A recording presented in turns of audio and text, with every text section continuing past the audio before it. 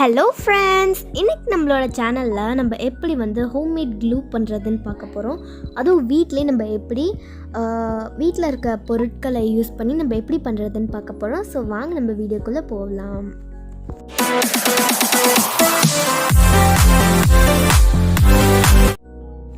So first நான் ஒரு பவுல் எடுத்திருக்கேன், அப்புறம் ஒரு ஐஸ்கிரீம் ஸ்டிக் எடுத்திருக்கேன்.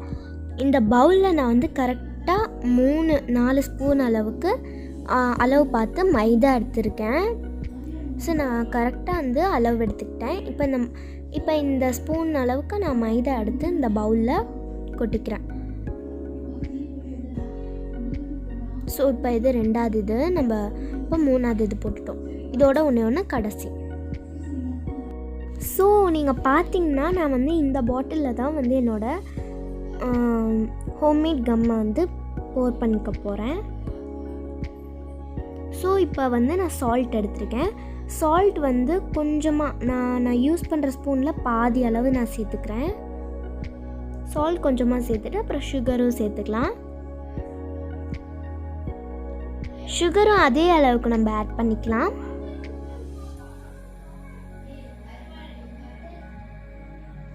ஸோ இப்போ நம்ம சுகரும் ஆட் பண்ணியாச்சு. இப்போ நம்ம 1-2 ஸ்பூனாக வாட்டர் ஆட் பண்ணிக்கலாம். இப்போ இந்த ஸ்பூன் சைஸ்க்கு நான் 1 ஸ்பூன் அளவுக்கு வாட்டர் 2 தடவை ஆட் பண்ணிவிட்டு பார்த்துட்டு அப்புறம் நான் நல்லா மிக்ஸ் பண்ணிக்கிறேன். இது பத்தலைன்னா அப்புறம் நீங்கள் இன்னும் கொஞ்சம் மிக்ஸ் பண்ணிக்கோங்க. எனக்கு இது பத்தலை, அதனால் நான் இன்னொரு ஸ்பூன் அளவுக்கு யூஸ் பண்ணிக்கிறேன். ஸோ இன்னும் கொஞ்சம் நம்ம தண்ணி ஊற்றி நான் மிக்ஸ் பண்ணிக்கிட்டேன். எந்த கட்டிகளும் இல்லாமல் நீங்கள் மிக்ஸ் பண்ணிக்கோங்க.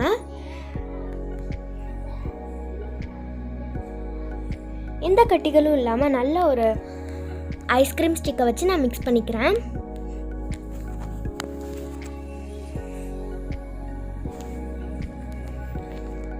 ஸோ இப்போ இதை நல்லா மிக்ஸ் பண்ணிக்கலாம். எனக்கு இனிமேல் வாட்டர் தேவைப்படல, எனக்கு இந்த திக்னஸ் போதும். இப்போ நான் கையில் எடுத்து காட்டுறேன். நமக்கு இந்த திக்னஸை விட இன்னும் கொஞ்சம் திக்னஸ் இருந்தால் போதும்.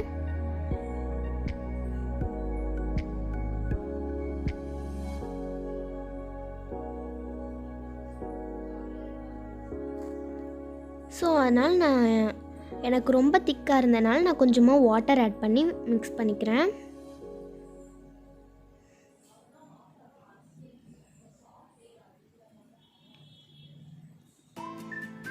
ஸோ இப்போ இந்த திக்னஸ் எனக்கு கரெக்டாக இருக்குது. இப்போ இதை நம்ம என்ன பண்ண போகிறோம்னு பார்த்திங்கன்னா, நான் ஒரு சின்ன ஒரு கனமான பாத்திரம் ஒன்று எடுத்திருக்கேன். அந்த பாத்திரத்தில் நம்ம செஞ்சு வச்சுருக்க மிக்ஸில் போர் பண்ணிக்கலாம். இது மைதாவில் செஞ்சுருக்கனால நம்ம பாயில் பண்ணும்போது கொஞ்சம் கட்டியாகும். அதனால் கட்டிகள் எதுவும் இல்லாமல் மிக்ஸ் பண்ணி எடுத்துக்கோங்க. லோ ஃப்ளேமில் வச்சு இதை நல்லா ஸ்ட்ரிங் பண்ணிகிட்டே இருங்க. இப்போ நம்ம ஸ்ட்ரிங் பண்ணி இந்த பவுலுக்கு கொண்டு வந்தாச்சு. முன்னாடிக்கு இப்போ கொஞ்சம் கம்மியாக தான் இருக்குது, ஏன்னா நம்ம எந்த கட்டிகளும் இல்லாமல் மிக்ஸ் பண்ணிவிட்டு கொண்டு வந்திருக்கோம். ஸோ இப்போ இந்த பாட்டிலில் நம்ம எதை போர் பண்ணிக்கலாம். நம்மளோட ஹோம்மேட் கம் ரெடி ஆகிடுச்சு. இதை நான் உங்களுக்கு டெஸ்ட் பண்ணி காட்டுறேன். ஸோ ஃபர்ஸ்ட் இதை பாட்டிலில் போர் பண்ணிக்கலாம். ஃபஸ்ட்டு ஒரு நல்லா மிக்ஸ் பண்ணிவிட்டு அப்புறம் நான் போர் பண்ணிக்கிறேன். இது மட்டும் கொஞ்சம் கொஞ்சமாக கீழே சிந்தாமல் போர் பண்ணிக்கோங்க.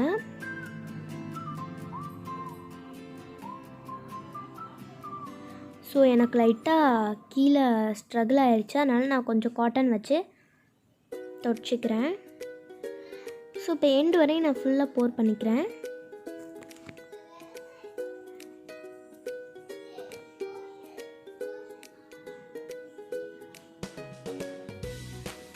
நம்ம பாயில் பண்ணனால அது கொஞ்சம் ஸ்ட்ராங்காக விடும். நீங்கள் அப்படியே இது பண்ணிங்கன்னா நீங்கள் அப்படி கூட பண்ணலாம், பட் கொஞ்சம் தண்ணி லிக்விடாக தான் இருக்கும். நான் கொஞ்சம் திக்னஸ்க்காக தான் நான் கொஞ்சம் பாயில் பண்ணிக்கிட்டேன். இப்போ அந்த மூடியில் ஒரு சின்ன ஓட்டை போட்டுட்டு இப்போ நான் உங்களுக்கு இதை ஒட்டி காட்டுறேன். அதுக்கு முன்னாடி இந்த பாட்டில் சைஸுக்கு எடுத்து நான் க்ளூன்னு பேர் எழுதிக்கிறேன். பிகாஸ் இது ஹோம்மேட் க்ளூ, நம்ம வீட்டில் செஞ்சது.